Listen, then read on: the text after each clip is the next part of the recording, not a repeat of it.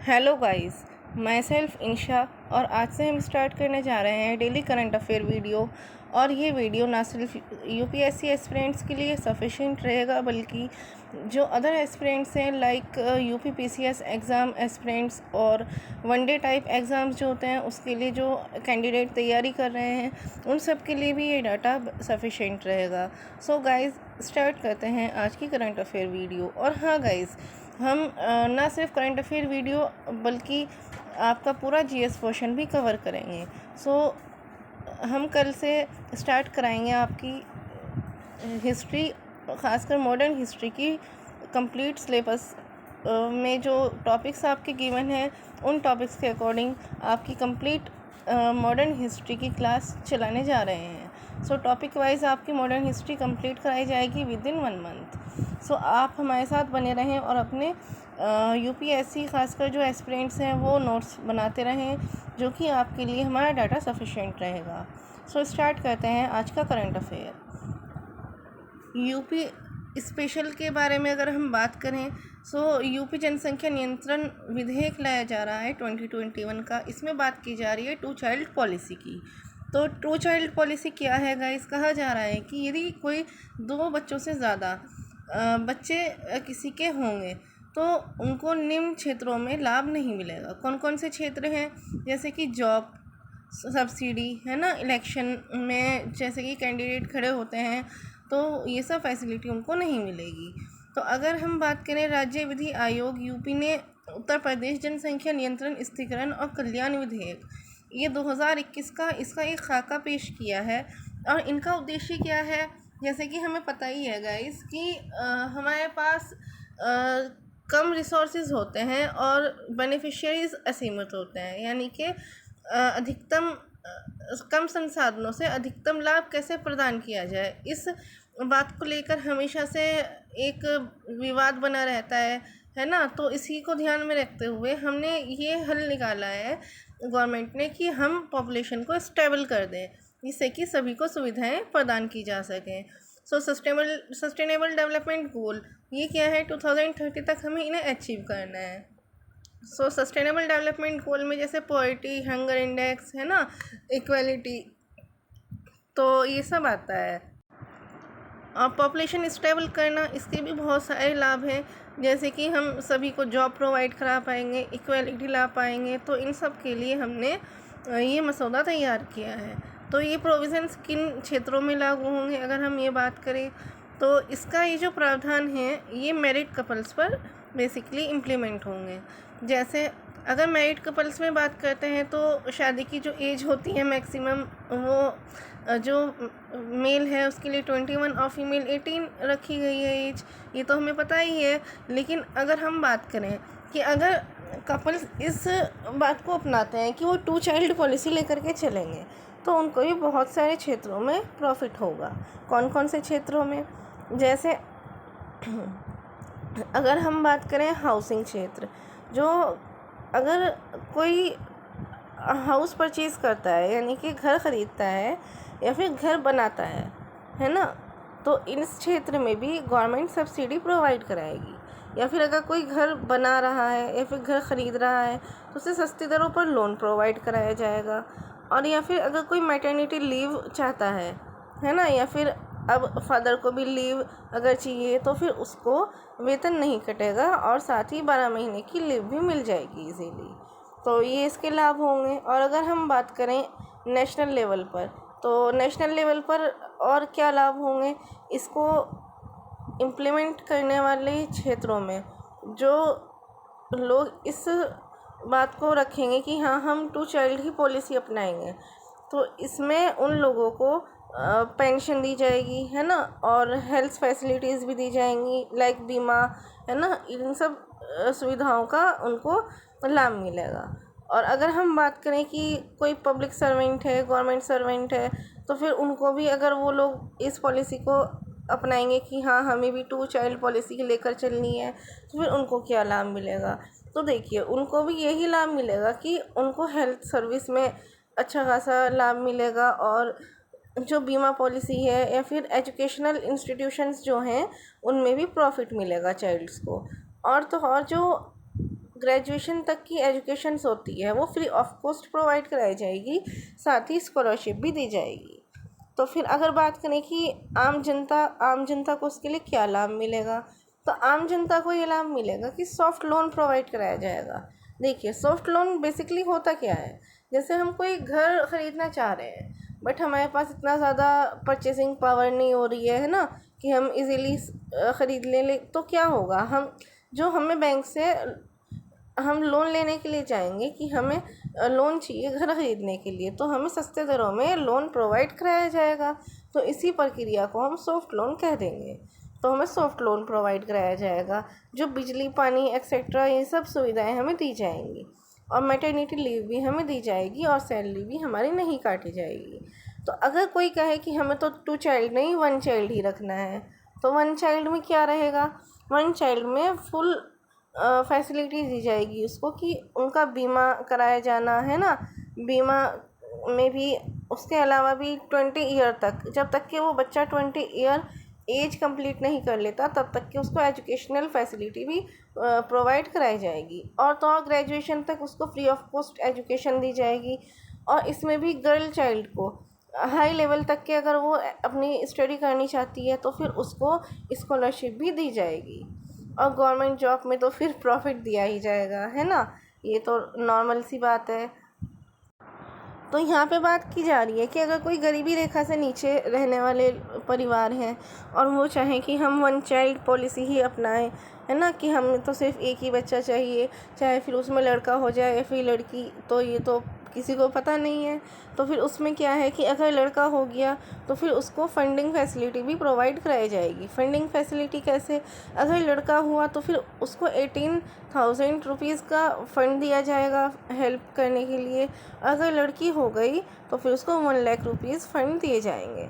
तो लेकिन अगर बात करें कि ये फैसिलिटीज़ अगर 2 से ज़्यादा चाइल्ड कोई अपना प्रेगनेंसी कंसीव करता है, 2 से ज़्यादा चाइल्ड होते हैं किसी के, तो फिर उनको क्या होगा, उनके लिए बहुत सी ऐसी सुविधाएं हैं जो कि उनको नहीं मिलेंगी, फिर उनको वंचित कर दिया जाएगा। कैसी सुविधाएं, जैसे गवर्नमेंट स्कीम में भी आपने सुना होगा कि सब्सिडी मिलती है ना। सब्सिडी के अलावा राशन कार्ड से सबको लाभ मिलता ही है, और अब राशन कार्ड में ये बोल दिया गया है कि केवल परिवार के 4 सदस्यों के नाम ही उनमें रखे जा सकते हैं।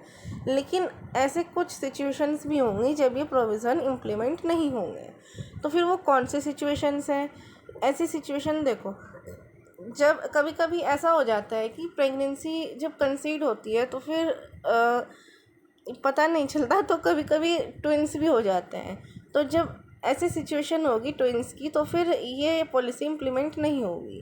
या फिर ऐसा हो गया कि 2 चाइल्ड हैं और 1 चाइल्ड में कोई डिसेबिलिटी है ना, जैसे विकलांगता भी अब देखो कई तरह की है। तो पहले तो 7 तरह की थी, है ना, लेकिन अब 21 उसमें डिवाइड कर दिया है इसको। तो 21 तरह की विकलांगता हमारे यहाँ पे अब विभाजित की गई है कि 21 तरह की है हमारे यहाँ पे विकलांगता। और अगर इनमें से कोई एक होती है, जैसे कि आँख की विकलांगता, हाथ की, है ना, या फिर कान से सुनने की क्षमता ना होना किसी में, तो इस तरह का, या फिर मेंटलिटी प्रॉब्लम होना, तो अगर इस तरह की कोई प्रॉब्लम है किसी एक बच्चे में और एक सही है, तो ऐसी स्थिति में काउंट नहीं किया जाएगा उस एक बच्चे को, फिर वो तीसरा बेबी कंसीड कर सकते हैं। और फिर तीसरे बेबी कंसीड करने पर फिर उनको ये प्रोविज़न जो है उनको ये बाधित नहीं होंगे कि फिर उनको ये लाभ ना मिले, ऐसा नहीं होगा, उनको भी प्रॉफिट मिलेगा। जैसे 2 चाइल्ड पॉलिसी को लागू मानने वालों को मिल रहा था, ऐसा ही प्रॉफिट मिलेगा। लेकिन एक बच्चा अगर कोई चाहता है कि हम एक ही बेबी रखें, तो फिर वो कपल पर डिपेंड करता है, और फिर उनको एक बेबी रखने पर भी सेम फैसिलिटी प्रोवाइड कराई जाएंगी गवर्नमेंट की साइड से। ठीक है, तो ये एक फर्स्ट आर्टिकल था हमारा। अब सेकंड आर्टिकल के बारे में बात करते हैं। सेकंड आर्टिकल में बात की जा रही है नॉइज़ पोल्यूशन के बारे में। नॉइज़ पोल्यूशन मतलब ध्वनि प्रदूषण, है ना। तो ध्वनि प्रदूषण में जो दिल्ली पोल्यूशन कंट्रोल कमेटी है उसके द्वारा कहा गया है कि जो क्षेत्रीय लोग हैं, जो आवासीय क्षेत्रों में रहने वाले लोग हैं, अगर वहाँ पे ध्वनि प्रदूषण फैलाया जाता है तो फिर वहाँ पे पेनल्टी लग सकती है 10,000 से 1 लाख तक की।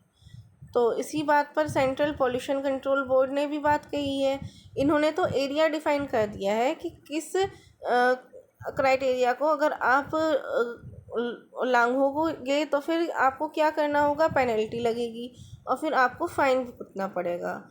तो फिर ये क्राइटेरिया क्या है? ये क्राइटेरिया देखो, इन्होंने कहा है कि अगर आप डीजल वाला जनरेटर यूज़ करते हैं तो फिर, और जिसकी 1000 किलोवाट वाला जनरेटर है, तो इसके नॉइस पोल्यूशन होने पर 1 लाख रुपये तक का आप फ़ाइन पे कर सकते हैं।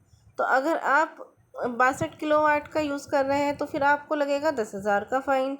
लेकिन अगर आप किसी रेजिडेंशियल एरिया में रहते हैं, है ना, आवासीय क्षेत्र में रहते हैं, तो फिर इन्होंने डिफ़ाइन किया है कि आप कितना वॉइस यूज़ कर सकते हैं।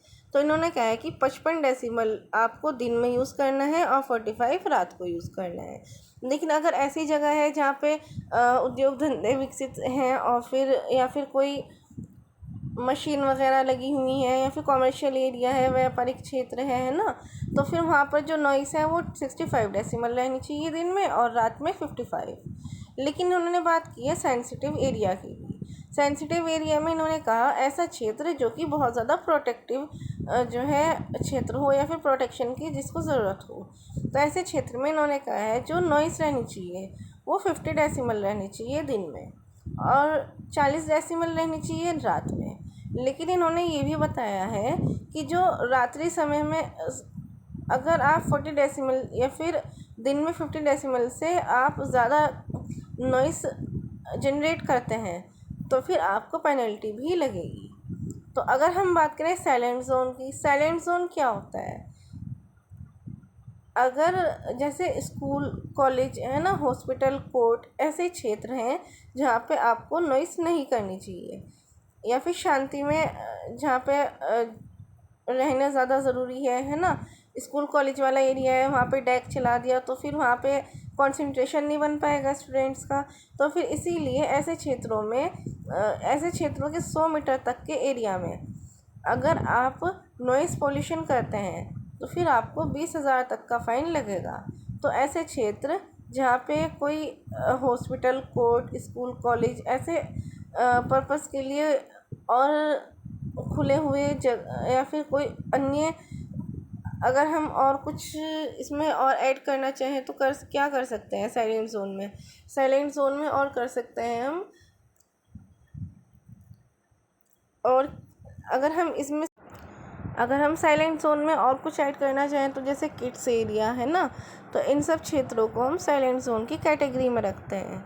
तो इन्होंने ये बात कही है। तो अगर आप इसका उल्लंघन करेंगे तो फिर 20,000 रुपये तक का आपको फ़ाइन भुगतना पड़ेगा।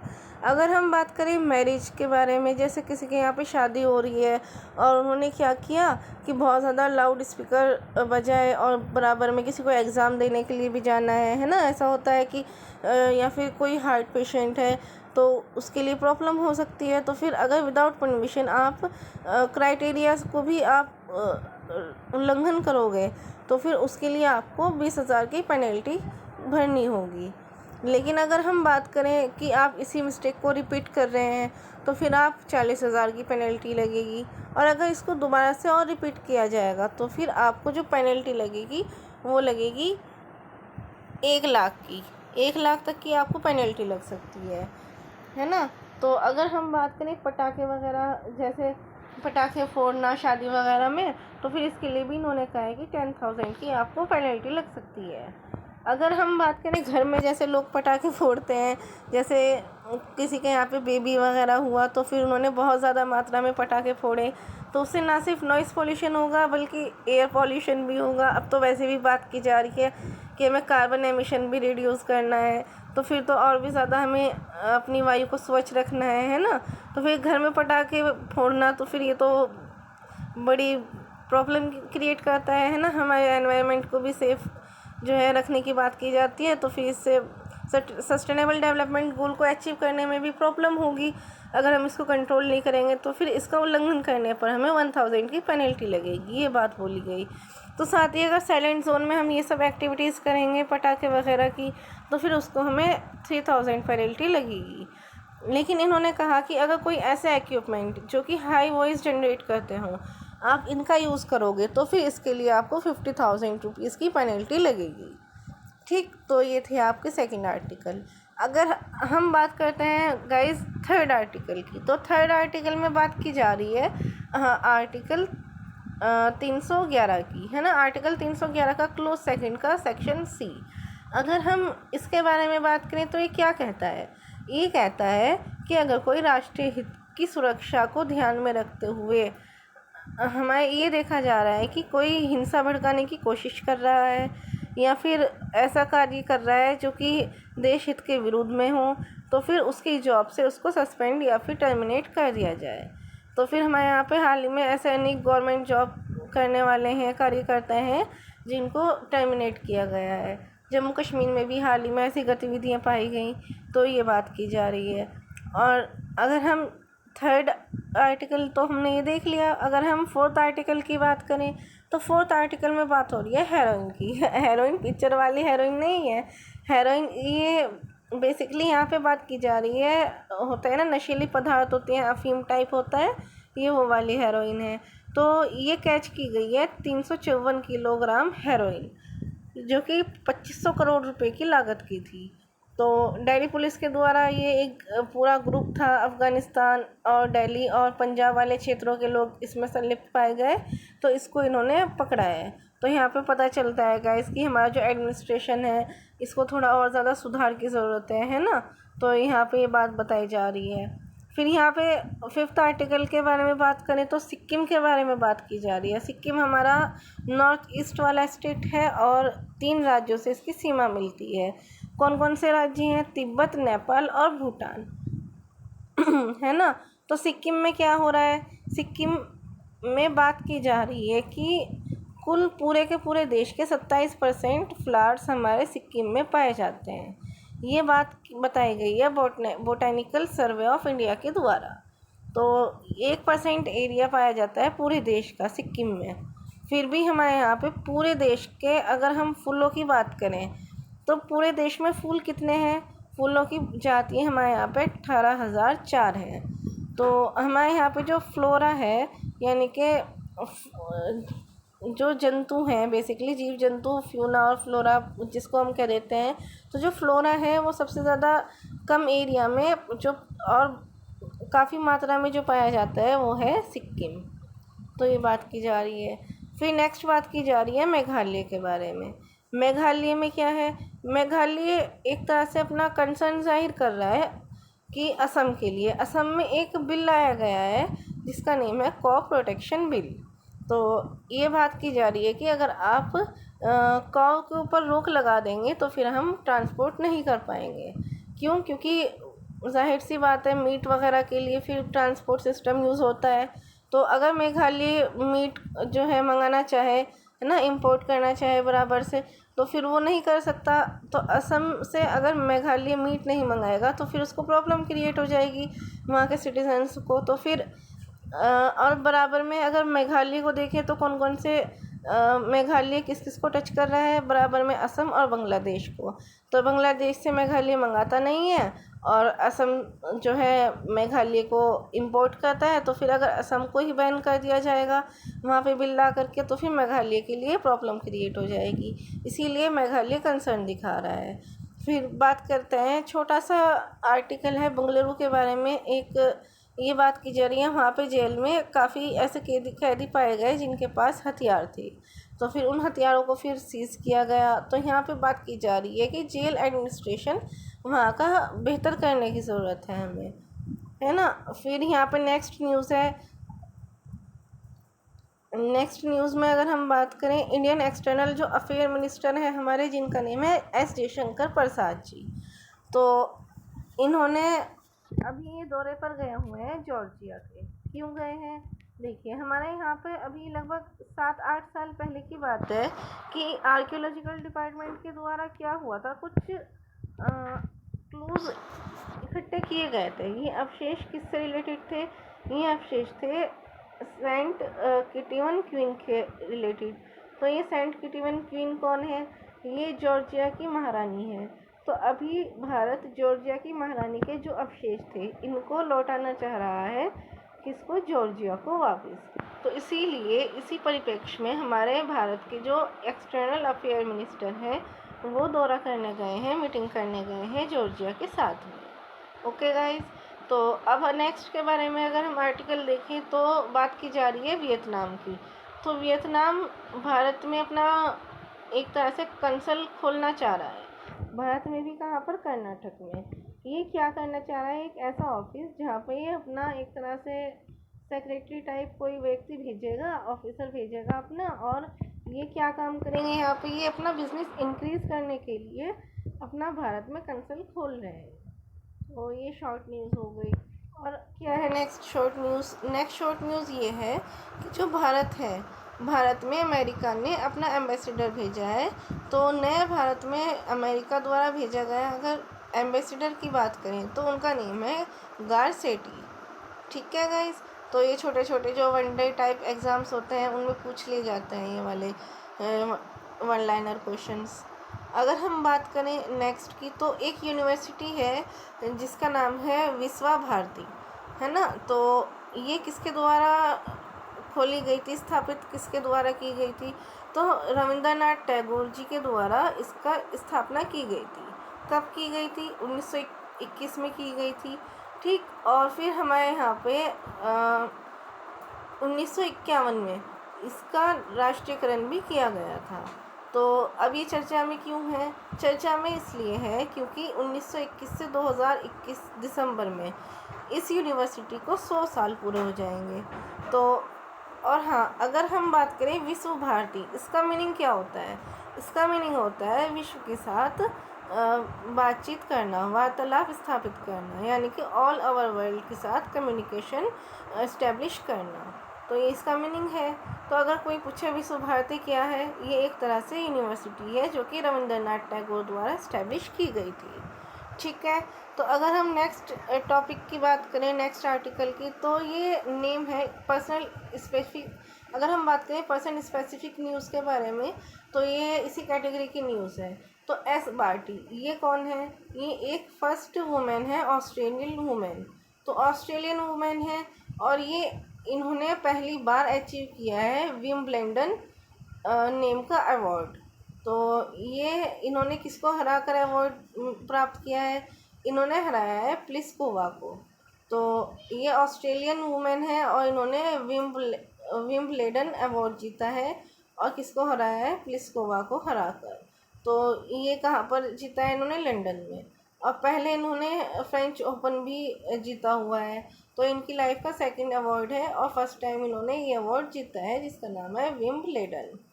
अगर हम बात करें श्रीशा बंदला की, तो ये कौन है श्रीशा बांडला? तो ये 34 साल की एक महिला है जो कि तीसरी भारतीय महिला होंगी, भारतीय मूल की महिला होंगी, तीसरे नंबर की, जो कि अब अंतरिक्ष में भेजी जा रही है। ठीक है गाइस, तो ये शॉर्ट न्यूज़ थी आपकी। तो अब और कुछ न्यूज़ हैं जिनको हम देख लेते हैं। यहाँ पे बात की जा रही है रिजर्वेशन इन प्रमोशन। रिजर्वेशन देखिए गाइस, हमारे यहाँ पे बात की गई थी कि जॉब में अगर किसी स्पेसिफिक पर्सन को जॉब मिल जाती है तो फिर जॉब के बाद भी उसको प्रमोशन में रिजर्वेशन नहीं मिलना चाहिए। लेकिन अब सुप्रीम कोर्ट ने क्या कह दिया है कि ऐसा व्यक्ति जो कि स्टेबल नहीं है, यानी कि फिज़िकल रूप से पूरी तरह से एबिलिटी नहीं रखता है, फिर डिसेबिलिटीज़ उसमें पाई जाती है ना, यानी कि शारीरिक रूप से अपंग है, तो ऐसे व्यक्ति को आपको रिजर्वेशन देना चाहिए प्रमोशन के अंदर भी। ठीक, तो अभी ये केस जो है अगर हम देखें तो claim under the person with disabilities equal opportunities protection of rights and full participation act 1995, इसके तहत ये बात की जा रही है। तो इस एक्ट के तहत right of persons with disabilities act 2016, इस एक्ट में इसको कन्वर्ट भी कर दिया गया था। तो पहले हमारे यहाँ पे जो केरल एडमिनिस्ट्रेटिव ट्रिब्यूनल है, ट्रिब्यूनल क्या होती है? ये एक तरह की ऐसी संस्था होती है जो केसेस की सुनवाई करती है, जिससे कि हमारे यहाँ पे कोर्ट का समय बच सके। तो इसके द्वारा the government under section 32 of the 1995 act, इसके तहत प्रमोशन के अंदर भी रिजर्वेशन देने से इन्होंने इनकार कर दिया था। लेकिन फिर बात पहुंची हाई कोर्ट में केरल के। तो केरला के हाई कोर्ट के द्वारा कहा गया कि डिसेबल पर्सन को ये अधिकार मिलना चाहिए कि उसको प्रमोशन मिले, रिजर्वेशन मिले प्रमोशन के अंदर भी, क्योंकि वो नॉर्मल व्यक्ति की तरह सभी लाभ जो है नहीं इंजॉय नहीं कर पा रहा है अपने राइट्स, तो फिर उसको थोड़ी हेल्प प्रोवाइड करानी चाहिए, है ना, इक्विटी मिलनी चाहिए। तो फिर इसीलिए उन्होंने यहाँ पे ये बात कही। और फिर दूसरी बात, हम भारत सिग्नेटरी भी है United nation convention on rights of person का, जो बात करता है कि किसी भी तरह से मानवाधिकार का हनन नहीं होना चाहिए, है ना। तो इसीलिए तो पहले डिसेबिलिटीज़ हमारे यहाँ पे 70 और अब 21 हो गई है, क्योंकि बहुत तरह की अपंगता पाई जाती है और अपंगता की संख्या में भी वृद्धि हो गई है। तो इसीलिए अगर हम बात करें डिसेबल के लिए कुछ इंक्रीज़ किया गया है परसेंटेज रिजर्वेशन में। तो 3% था पहले गवर्नमेंट जॉब में कि जो डिसेबल पर्सन है उन्हें 3% रिजर्वेशन मिलेगा जॉब के अंदर, लेकिन अब इसको बढ़ाकर 4% कर दिया गया है ना। और अगर बात करते हैं इंस्टीट्यूशंस में, हायर एजुकेशन वाली जो इंस्टीट्यूशंस हैं उनके अंदर 3% रखा गया था, लेकिन अब कहा जा रहा है डिसेबल पर्सनस को 5% आप रिजर्वेशन प्रोवाइड कराएं। तो अगर हम बात करें डीपीएसपी के बारे में, directive principle of state policy, नीति निर्देशक तत्व है ना, भाग 4 में है। तो भाग 4 में संविधान के आर्टिकल 41 भी बात करता है कि जो भारतीय नागरिक हैं उनको आप सुविधाएं प्रदान कराओ, राज्य को ये जिम्मेदारी प्रदान करता है आर्टिकल 41। तो अगर बात करें कि डिसेबल पर्सन्स को हेल्प प्रोवाइड कराना कौन सी कैटेगरी में आता है, तो हमारे यहाँ पे 3 लिस्ट है, state list, centre list, concurrent list. तो ये स्टेट लिस्ट के अंडर आता है, ठीक। तो बात की जा रही है अब यहाँ पे विलियम हंटर के बारे में, तो इससे रिलेटेड कुछ और बातें देख लेते हैं। जो विलियम हंटर हैं और ज्योतिबा फुले हैं, इन्हों के द्वारा सबसे पहले रिजर्वेशन की बात कही गई थी और इन्होंने जाति के आधार पर रिजर्वेशन की बात कही थी 1882 में। फिर आया हमारे यहाँ पे भीमराव अम्बेडकर और गांधी जी के बीच में जिस बात को लेकर विवाद बना था, पूना पैक्ट, ये भी बात कर रहा था रिजर्वेशन के बारे में। फिर जब हमारा देश आज़ाद हो गया तब हमारे यहाँ पे मंडल कमीशन आया और इसने भी बात कही कि ओबीसी को रिजर्वेशन दिलाया जाए 27%। तो इसके लिए फिर ओबीसी को रिजर्वेशन दिया जाए तो कमेटी गठित की जाएगी। इसके लिए राष्ट्रपति को अधिकार दिया गया है कि वो एक कमेटी का गठन कराए। तो फिर कमेटी का गठन कराया गया और फिर रिजर्वेशन को हमारे यहाँ पे तय कर दिया गया। लेकिन 52% पॉपुलेशन ऐसी है जिन्हें रिजर्वेशन मिलना चाहिए। तो फिर इसके लिए फिर इंदिरा साहनीवाद भी आया। तो फिर इन्होंने कहा कि 50% से ज़्यादा आप किसी भी कैटेगरी को रिजर्वेशन प्रोवाइड नहीं कराएंगे।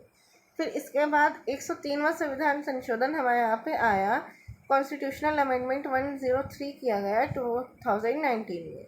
तो 2019 में जो अमेंडमेंट हुआ इसमें कहा गया 50% से अतिरिक्त 10% हमें रिजर्वेशन देना होगा, किसको, जो हमारे यहाँ पे आर्थिक रूप से पिछड़ा हुआ वर्ग है, इकोनॉमिकली वीकर सेक्शन को, है ना। तो ये इन्होंने बात कही। फिर संविधान के भाग 16 में ये बात की जाती है कि जो SC/ST वर्ग है इनको भी रिजर्वेशन प्रोवाइड कराया जाना चाहिए, ठीक। तो ये बात थी। अब अगर हम लास्ट आर्टिकल के बारे में बात करें तो लास्ट आर्टिकल यहाँ पे है इलेक्टोरल ट्रस्ट स्कीम के बारे में 2013 की। ये बात की जा रही है कि इलेक्टोरल बॉन्ड जो होते हैं उनके माध्यम से आप दान कर सकते हो। जैसे चुनावी बॉन्ड योजना है उसके तहत ये कहा जा रहा है कि आप ना ही तो दान करने वाला और किसको कितना दान किया गया है ये इस बात की इस बॉन्ड के थ्रू दान करने पर कोई भी खुलासा नहीं हो पाता है, जो कि गलत है। यहाँ पे ये बात की जा रही है।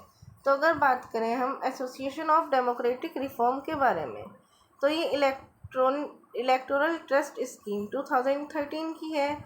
ये बात करता है कि इसको इनकम टैक्स रूल 1962 के तहत, है ना, इसको डोनर कौन है, कितना कंट्रीब्यूट किया है ना, किसको किया है, ये सब इसके तहत पता होनी चाहिए, जिससे कि ट्रांसपेरेंसी आए, पारदर्शिता आए, है ना, और भ्रष्टाचार में भी कमी आए। तो ये बात की जा रही है। फिर अगर बात करें इलेक्टोरल ट्रस्ट की, तो ये कहा जा रहा है कि जो इनकम टैक्स का अधिनियम 1961 है और इनकम टैक्स का जो रूल 1962 है, इसके अंतर्गत इसको सम्मिलित कर देना चाहिए। तो फिर सेक्शन 29A जो जनप्रतिनिधित्व अधिनियम का है 1951 का, इसके तहत भी जो पॉलिटिकल पार्टीज़ हैं, इनको कहा जा रहा है कि आपको रजिस्ट्रेशन कराना होगा किसके लिए, section 25 of the company act 1956 के तहत, तभी आप इसका लाभ उठा सकते हैं। तो अगर हम बात करें कि जो ये ट्रस्ट है, इलेक्टोरल ट्रस्ट है, इसमें जो कंट्रीब्यूट है वो किसके साइड से किया जा सकता है, तो पहले नंबर पे तो वो कंट्रीब्यूट करने वाला सिटीज़न ऑफ इंडिया होना चाहिए, है ना, इंडियन सिटीज़न होना चाहिए। और फिर कंपनी अधिनियम के तहत वो पंजीकृत भी होना चाहिए, या फिर कोई फर्म है ना, वो भी अपना कंट्रीब्यूट कर सकती है इस इलेक्टोरल ट्रस्ट के थ्रू। और किसके द्वारा कंट्रीब्यूट करने पर मान्य नहीं होगा, वो भी यहाँ पे बताया गया है। तो देखिए, एक तो यहाँ पे बात की जा रही है विदेशी नागरिक की। यदि कोई फॉरेन पर्सन है जो कि यहाँ पे पैसा भेजेगा इलेक्टोरल के थ्रू, तो फिर उसका भी पैसा यहाँ पे अलाउ नहीं किया जाएगा इलेक्टोरल बॉन्ड के थ्रू, है ना।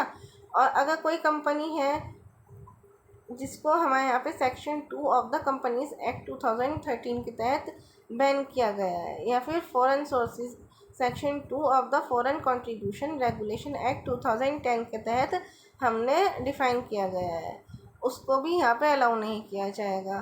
तो अगर बात करें इलेक्टोरल ट्रस्ट, ये कैसे कर सकते हैं इसके तहत कंट्रीब्यूट, तो चेक, डिमांड ड्राफ्ट या फिर अकाउंट ट्रांसफ़र, इसके तहत भी हम बैंक के माध्यम से भी हम इसको जो है कंट्रीब्यूट कर सकते हैं। तो गाइस, ये था आज का पूरा करंट अफेयर डाटा। तो उम्मीद करते हैं आज का फर्स्ट लेक्चर आपको पसंद आया होगा। सो प्लीज़ गाइस, आप अपना सपोर्ट दिखाएं, जिससे कि हमारा भी थोड़ा सा कहते हैं ना कि मनोबल बढ़ सके, और हम भी अपनी तरफ से पूरा कोशिश करें कि आपको बेस्ट मटेरियल प्रोवाइड कराया जाए।